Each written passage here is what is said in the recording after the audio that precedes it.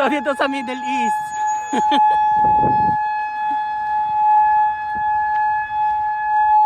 Ay, yung sirena namin, ang laki oh.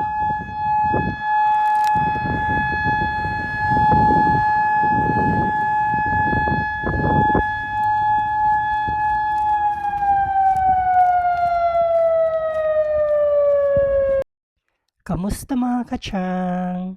So, for today's video nga ay pupunta tayo sa Aqaba kung saan kami magti-team dinner. Bali, ang pupuntahan namin ay yung bahay ng aking manager.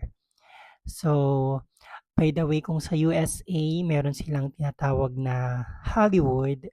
Dito naman sa Aqaba, Jordan, meron kaming tinatawag na Marsa Sayid. So, ayan siya mga kachang. Sobrang ganda niyan paggabi. Since medyo nasa taas siya, pag pumunta ka dyan, makikita mo yung view mula sa Israel and yung sa dagat. So, ito na nga mga kachang, nasa bahay na kami ng aking manager.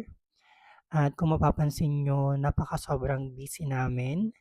Dahil nga for tonight's menu ay magluluto kami ng pansit at gagawa kami ng adobo sa puti na may gata. Bali, ako nga yung nagluluto ng pansit dyan. And ito yung manager ko, yung nakakulay pink. At yung katabi naman niya ay si Miss Odessa, yung aming marketing sa Movenpick Hotel. Ito naman yung Indonesian na ka-work namin na nag-work sa Funbap Bar. So, ayun nga, tamang hiwa lang kami ng mga ingredients, mga gulay at mga isasahog namin that time. So, by the way, this video mga kachang is before pa. Bali, ngayon lang ako nagkaroon ulit ng time para mag-edit. So, finally, nagkasabay-sabay kami ng day off due to low occupancy sa hotel namin, gawa nga nung sa giyera. Kaya nagkasabay-sabay kami ng day off, which is good for bonding sa aming magkakatrabaho. Bali kasi yung manager namin is dalawang outlet yung hawak niya. Yung Casalingo Fine Dining Restaurant, tsaka yung Funbap Bar, which is doon nag-work yung dalawang Indonesian. Yang si Ray siya yung kulay brown, and si Angga. At sa Casalingo naman ay ako at yung supervisor ko si Melanie. Siya nga yung naghihiwa ng chicken dyan dahil yan yung lulutuin namin para sa adobong puti. So, tamang picture lang kami dyan habang nag-aantay sila. Usually supposed to be 7 or 8 kami magdi-dinner, pero inabot na kami ng 9. At tamang gawa nga ako dyan ng milk tea. So, niluto ko muna yung sago at tayo gagawa ng milk tea mamaya.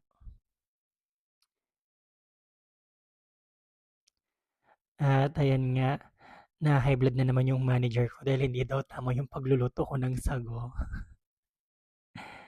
So ayun mga kachang, tamang picture lang kami ulit dyan kasi kanya-kanya kami ng post sa aming mga Facebook page and social media account. At gumawa nga kami dyan ng salad. So ayun na, nung tapos na naming niluto lahat, yung food namin for dinner. At sobrang nakakamiss talaga pagkain sa Pilipinas. Kung talagang gusto mong magluto, pwede ka namang magluto pero kailangan mong hanapin yung ingredients na gusto mong gamitin. So ayan nga mga kachang, tamang kain na kami dyan. And thank you to Miss Odessa kasi si Miss Odessa nagdala siya ng coffee jelly. Bali yun yung dessert namin after namin kumain. At kung mapapansin nyo nga, umalis ako sa kinaupuan ko dahil talagang nagutom ako that time kasi around past 9 na nung kumain na kami. And sobrang dami nung food. So yun lang mga kachang. Thank you for watching.